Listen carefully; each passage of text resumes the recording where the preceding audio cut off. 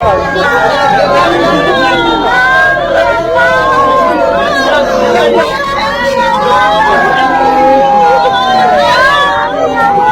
हमने जाके देखा तो उसके गले में जैसे फांसी वगैरह का निशान होता वो निशान था और चेहरे पे काफी निशान थे जैसे मारने पीटने के रहते हैं। तो उसकी आंखें हल्की खुली हुई थी और थोड़ी दांतें दिख रहे थे। कि 100 घर पे है और कोई भी नहीं है ससुराल वाले घर पे लोगों को यही नहीं है कि यहाँ पे कोई हत्या हो चुकी है, कोई मृत्यु हो चुकी है। बहुत गलत करा दिया हमारी लड़की की मारी। दोस्तों, मेवात इलाके के भपावली गांव की रहने वाली राहिला और रेशमा की शादी करीब 2 साल पहले सांचोली गांव में हुई थी और उसके बाद से ही लगातार उनके ससुराल पक्ष के लोग उन्हें दहेज के लिए प्रताड़ित कर रहे थे, ऐसा आरोप है परिवार के लोगों का।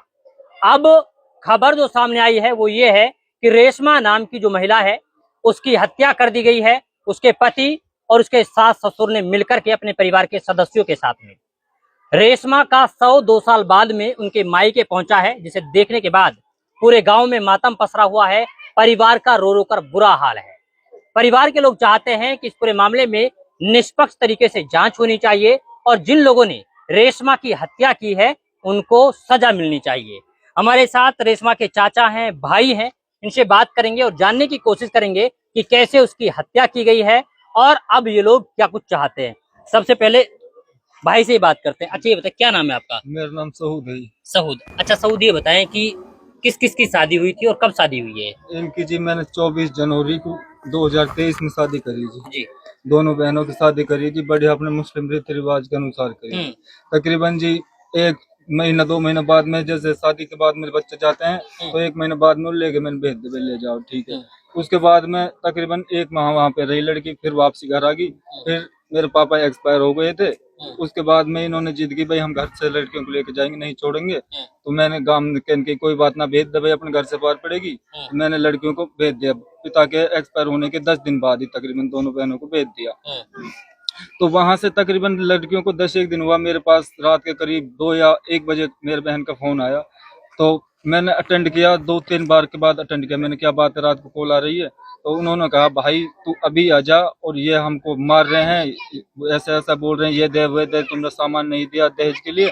तो मैंने कही कोई बात नहीं, मैं आता हूँ वहाँ पर बात करता हूँ। मैं सुबह ही अपने 1-2 साथी भाई लेकर, चाचा लेकर वहाँ पर हम पहुंचे। गाँव के 2 आदमी वहाँ पर मौजूद है, तो उनसे बात हुआ। तो उन्होंने सबसे पहले दहेज का ही कहने का मतलब है वाक्य रखा, भाई पहले दहेज है वो सामान जो तुमसे मैंने देखी 2 मोटरसाइकिल दी थी स्प्लेंडर और करीबन 5 लाख रुपए नकदी दी थी, जिसमें बाकी 1 किलो चांदी, एक तोला सोना, 2 बहनों को 1 तोला, 2 तोला सोना दिया था। पूरे वह क्या नाम है, गांव को सबको पता है, उस गांव के लोगों को पता है। फिर भी उन्होंने कहा कि हमें स्विफ्ट गाड़ी चाहिए 2 लड़कों के बीच में, हमें स्प्लेंडर नहीं चाहिए। और क्या नाम है, या फिर हमें पैसे दो 5 लाख कैश और। तो मैं वहां पर पंचायत लेके गया तो उन्होंने लड़कियों को, मैंने जाके देखा इतना मारा था कि उनके शरीर पर निशाने पड़े हुए थे। फिर भी हम हाथ मिनती जोड़ के गांव वालों से वहां से अपने चाचा हम लड़कियों को वहीं पे छोड़े, ठीक है भाई यहीं पे रहो, तुम्हारी पार यहीं से पड़ेगी। तो हम अपने घर आ जाते हैं। फिर तकरीबन 20 दिन बाद में लड़कियों को मैं इनकी मिलाने के लिए ले आओ, लेकर आ जाते हैं। फिर लड़कियां 5-7 दिन घर रुकती हैं, फिर वापसी लेके जाते हैं। लेके जाने के बाद में तकरीबन फिर वो 10 या 15 दिन रुकते हैं। उसके बाद में फिर लड़कियों का फोन आता है और मेरा छोटा भाई वहां पर गया था, माँ भी गई थी। तो वहां पर उन्होंने लड़कियों को पीटा था। तो छोटा भाई है यहीं पर, तो कयूम गया था वहां पर। उन्होंने उनको मारा, माँ को गाली गलौज दी, घर से धक्का मार के भगा दिया था। इनके साथ बदतमीजी हाँ, इनके साथ, माँ के साथ बदतमीजी की थी, भाई के साथ भी की थी। और छोटी बड़ी बहन दोनों को वहाँ पर मारा था। तो भाई अकेला था, माँ को धक्का मार के बाहर निकाल दे, तुम घर से बाहर निकल जाओ और यहाँ पर कभी मत आना। तो ये वहाँ से आकर इन्होंने मेरे को घर बताया ऐसा ऐसा हुआ। मैंने उनके लिए फोन नहीं किया कि कोई बात नहीं, लड़ाई हो गई बंद हो जाएगी। तो तकरीबन फिर 10-1 दिन बाद में मेरी फिर दोनों बहनों का फोन आता है मेरे पास में, भाई ये ज्यादा मार रहे हैं, इतना मांग रहे हैं, ये मांग रहे हैं सामान जो मैंने पहले बता रखा था वही सामान। वो बार बार ये चीज रिपीट करती थी मेरे को। तो मैंने की कोई बात नहीं बहन, एक हमारे जो बोलते हैं ना कि बड़ा बहन है वो, वहाँ पे हमारे गांव की काफी लड़कियां हैं, उस गांव में 8-10 हैं। तो मैंने उनसे बात की, मैंने की कोई बात नहीं, आप यहाँ पे ले आओ, मैं इनको दहेज का सामान दिला दूंगा, तब लड़कियों को भेज दूंगा। वो जैसे तैसे करके, हमारे एक रिश्तेदार है वो यहाँ से बच्चों को लेकर आ जाता है।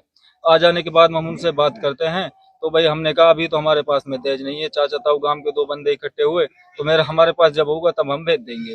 तो इसके बाद वो चले जाते हैं। तकरीबन मेरे पास 8 या 9 महीना दोनों लड़के रहते। बड़ी लड़की पे बच्चा यहीं पे होता, लड़की है उसके पास में, छोटी पे कोई बच्चा नहीं था।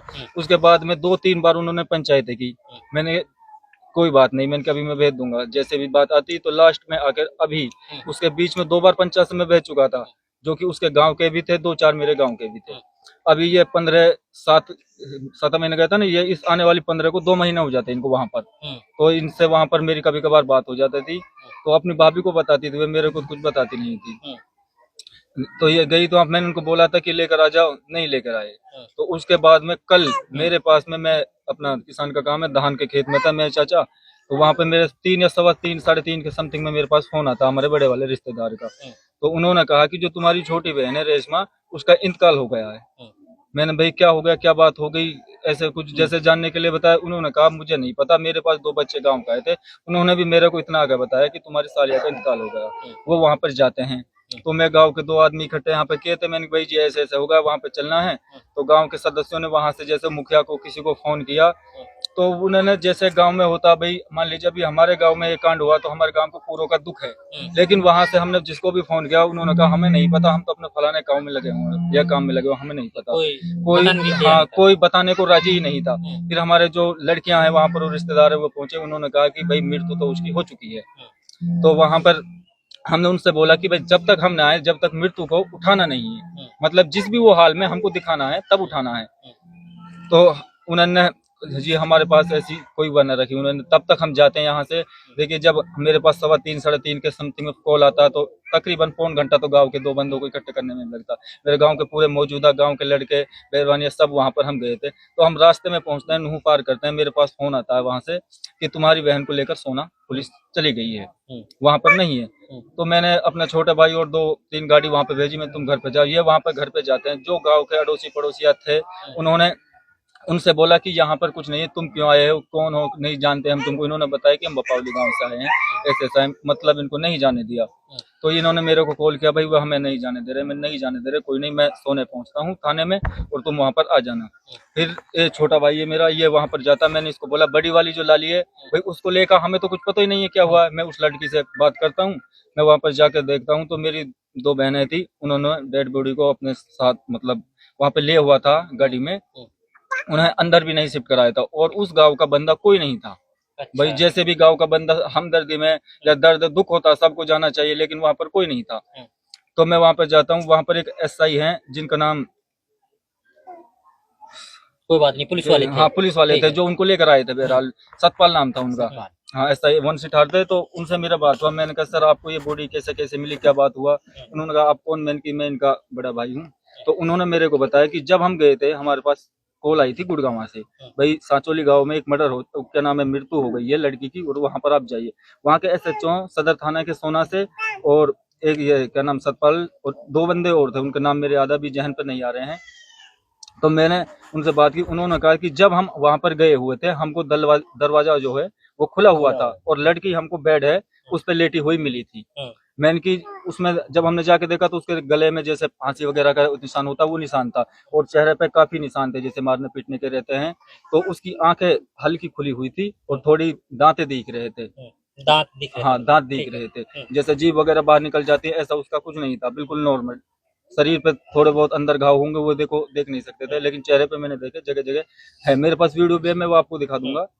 तो उनसे मेरी बात हुई, उन्होंने कहा कि मेरे को वहां से फोन आया, बाकी आप जो कार्रवाई कराना चाहेंगे हम वो करेंगे। तो जी मैंने फिर वहां से जो एसएचओ उनसे बात की, मैंने की जी क्या बात हुई। उन्होंने भी मेरे को यही बताया कि हमको डेड बॉडी वहां पर मिली थी बेड पे लेटी हुई, हम ये नहीं बता सकते किस कारण मौत हुई है, कैसे हुई है, अब तुम्हारे क्या नाम पोस्टमार्टम रिपोर्ट आएगी तब बताएंगे। हाँ इतना जरूर है मारा है किसी को। फिर मैंने अपनी बहन से, भाई वहां पर वो डरी हुई थी तो मैं अपने पास वहां पर लेकर पुलिस वालों को सामने ले गए। मैंने कहा सर आप इससे बात कीजिए, इससे पता कीजिए क्या क्या हुआ। तो मेरी बहन ने बताया है, उससे हम लोग बात करेंगे, ठीक है।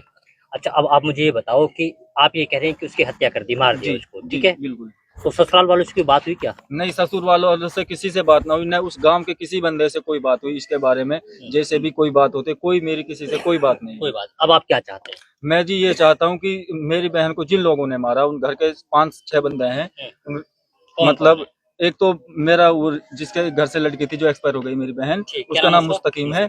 उसके बड़े भाई शकील है, उसके फादर हैं जिनका नाम मुश्ताक है, एक उनकी माँ है रवीना, दो उनकी बहन है जो वहीं पे, एक शादीशुदा वहीं पे रहते हैं और एक अभी तकरीबन 18-19 साल है, उसकी शादी नहीं हुई है। जब भी जितने भी लड़ाई हुई थी घर में कलेश होते थे पहले इन्होंने बताया, तो उसमें मेन हाथ उन दोनों बहनों को जरूर रहता था, उसकी ननद का। अपने सासरे से भी वहाँ आ जाती थी। कल सबने मिलके हाँ सबने मिलकर वहाँ पे किया है, मार पिटाई किया। फिर मेरी 2 मिनट की बात सुनिए आप। मेरी बहन से बात हुई तो बहन ने बताया भाई इनकी सुबह में लड़ाई हो रही थी 9-10 बजे। मैंने इनको बोला कि लड़ाई क्यों हो रही, तो उन्होंने कहा कि तुम मेरे और इसके बीच में मत पड़ो। तो उसके मैं भैया अपने घर में लेट गई थी लाली को दूध पिलाने, तो तब तक मैं देखती हूँ आवाज आती है बाहर से, तो मैं बाहर आकर देखती हूँ तो देखे तो सब के जैसे थप्पड़ लात घूसों से उसको मार रहे थे। मैंने अपने घर वाले से बोला इसको तुम क्यों मार रहे हो, मेरे को धक्का मार कर जबरदस्ती मेरे घर में बंद कर दिया। वहां पर उनके 2 घर हैं, एक घर में ये लड़की थी जिसकी डेथ हो गई है, दूसरे में ये थी, इसको सांकल मार दिया है। और उस वाले कमरे में उसको इन्होंने मालिक जाने जी कैसे कैसे तड़फा के मारा है, उसमें लटका दी, मारकर इन्होंने पंखा के लटका दिया है। तकरीबन 12-1 बज गया। मेरी बहन बोल रही थी कि भाई मैं उस बीच सो गई थी जब मेरे को उनने वहां पर धक्का मार दिया था, खोल रही नहीं थे, मैंने रोल भी काफी मचाई लेकिन कोई ना आया। तकरीबन 1 घंटा बीत गया। उसके बाद मेरा घर वाला आता है तो मैं उससे बोलती हूँ दरवाजा खोल दो, दरवाजा खोलता आकर मेरे से बोलता कि मेरे को रोटी लिया खाने के लिए। तो जो खाना होता है वो उसी घर में रखा हुआ था जिसमें डेड बॉडी थी। तो वो बता रही है मेरी बहन, और उन्होंने पुलिस वालों से भी मेरी बात हुई थी, उन्होंने भी वही बताया कि आप अंदर जब दरवाजे में जाएंगे तो अंदर से दरवाजा लॉक था, तो लेकिन जो खिड़की ये होती है क्या नाम है जंगला होता है अटैच में, तो उसमें हाथ बढ़ जाता है, वो ये बोलते हैं ना कि रिंग चौड़ा होता है, तो उसमें हाथ बढ़ जाए अंदर से, बाहर से ही अंदर से सांकल को खोल सकते हैं। मैंने बाहर से सांकल को खोला तो देखा बहन लटकी हुई है। मैंने रोड मचाई तो वो आया, क्या होगा ये होगा, नीचे से उसके माँ बाप के जो जिसको सबको पता था वो सब आ जाते हैं। तो मैंने उनसे बोला तुमने ये क्या किया, मेरे भाई को एक फोन कर दीजिए। तो उन्होंने मेरे काफी, वो बता रही मेरे काफी कहने के बाद उन्होंने आपको फोन नहीं करवाया और मेरे को कहा रोना नहीं है, अगर तूने किसी को ये बयान दिया या पुलिस को या अपने घर वालों को बताया तो तेरी भी इसी तरह हत्या कर देंगे। वो डरी सहमी, उसको धमकाया डराया। हाँ वो डरी सहमी हुई थी, बिल्कुल रो रही थी, अभी पूरी रात रोई है यहीं पर है। आप उसका भी बयान लेना चाहें तो ले सकते हैं जी। चलिए ये हमारे साथ में है मृतक रेशमा के भाई सहूद। अच्छा चाचा हैं या ताऊ हैं? चाचा हैं। अच्छा ये बताएं कि अब आप लोग क्या चाहते हैं प्रशासन से, पुलिस से कोई बात हुई क्या आप लोगों की? हमारी तो कोई बात ना हुई, हम तो यही चाह रहे हैं हमारा कहा ना ऐसे ही होना चाहिए ना, जैसे कहा ना उनने हमारी लड़की मारी ऐसे ही उनको होना चाहिए। ठीक, हम ये चाहते हैं कि दोषियों को सजा मिले। किस किस के बारे में मतलब शक है जो आप लोग? जिनने उनने जो 4-5 है उनको ही मिलनी चाहिए, जो दूसरे को कैसे नाजायज मिलनी चाहिए। बात तो मारा है कि मतलब खुद से फांसी ली है? भाई भाई उनने तो मारा ये वो कहा ना ऐसे कोने अपनी जो जान है कहा ना जिन्हें मारा दे देगा, उनने तो मारा है वो मार के लटकाई है। बिल्कुल लटकाई उन्हें मार के। चलिए जो सांचोली गांव के हैं ना हमारे रिश्तेदार और भी 1-2 जो बंदे आए थे वो भी यही बता रहे हैं कि इसका मर्डर किया है इन्होंने। अच्छा आप लोगों में से कोई गया वहाँ पे? कौन कौन गए? अच्छा गए आप लोग। अच्छा आप लोगों ने देखी डेड बॉडी? डेड बॉडी नहीं मिली हमें, हम जब पहुंचे थे उस टाइम तो उन्हें डेड बॉडी सरकारी हॉस्पिटल पहुंचा रखी थी। तो वहाँ पे किसी से कोई बात हुई? कोई बात नहीं हुई। एक जो रिश्तेदार है ना बड़ा, उसका बड़ा भाई आया था, उसका फंक्शन था, तो उसने बोला भाई मुझे भी नहीं पता, मुझे भी अब पता चला है 2-2:30 बजे बाद मेरा फंक्शन है जो मैं फंक्शन छोड़ के आया हूँ, मुझे भी इतना पता है कि ये मृत्यु हो गई है और अब डेड बॉडी पुलिस हॉस्पिटल ले गई है। मतलब यानी कि 100 घर पे है और कोई भी नहीं है? जिस घर पे 100 है जी उस घर पे तो हमको जाने नहीं दिया। अच्छा हम तो जो बड़ी बहन का घर है ना उस पे गए थे। अच्छा। तो वहाँ पे जब कुछ 100 ही नहीं तो हम तो वहाँ झाँक क्या करते जी। हमसे 1 घंटा 8 घंटा पहले 100 हॉस्पिटल पहुँचा दिया। मतलब उन लोगों से कोई बातचीत भी नहीं हुई? कोई बात नहीं हुई। गाँव वाले कोई ग्रामवासी कहीं ना मिलो, हम ना हॉस्पिटल मिलो ना गाँव मिलो। 2 रिश्तेदार भी हमारे उनसे मिलो जी, और कोई ना मिलो। अच्छा क्या कह रहे हैं? ससुराल पक्ष से अभी तक कोई कॉल वगैरह जैसे कोई भी हमदर्दी जताते हैं, उनका ऐसा कोई कॉल वगैरह कुछ नहीं है अभी तक। कोई बातचीत नहीं? कोई बातचीत नहीं है। उन लोगों को यही नहीं है कि यहाँ पे कोई हत्या हो चुकी है, कोई मृत्यु हो चुकी है, उस चीज के बारे में उन लोगों को कोई भी वो नहीं है, वो कोई बातचीत ही नहीं करना चाहते हम लोगों से। क्या बाबा? दोषी सजा मिलनी चाहिए जिनने करा है कांड। बहुत गलत करा दिया है, हमारी लड़की की मारी है। अच्छा हाँ जी। तो आप गांव से परिवार से हैं? मैं गांव से परिवार से यही परिवार से दूसरे गांव से जी हम भी। अच्छा हलालपुर से। तो ये परिवार कैसा है? बढ़िया परिवार है, सादा परिवार है, वैसे भी नहीं है। कमाने वाले हैं तो बेचारे जमींदार आदमी लगे रहते हैं। आप लोग गए थे क्या उधर? ना हम ना गए, यही अच्छा। थे। तो आप लोग मांग करते हैं कि इसमें हाँ। जांच होनी चाहिए और हाँ, सजा मिलनी सजा चाहिए मिलनी सबको। हाँ। चलिए, ये हमारे साथ में उन्हीं को, हैं? जो दोषी है उन्हीं को मिलनी चाहिए। चलिए, देखिए, परिवार का साफ तौर पर कहना ये है कि नाजायज कोई नहीं फंसना चाहिए, निर्दोषों के साथ में कोई जुल्म नहीं होना चाहिए, लेकिन जो दोषी हैं वो किसी भी सूरत में नहीं बचने चाहिए। खैर, देखना ये होगा कि क्या वास्तव में रेशमा को इंसाफ मिल पाता है या नहीं।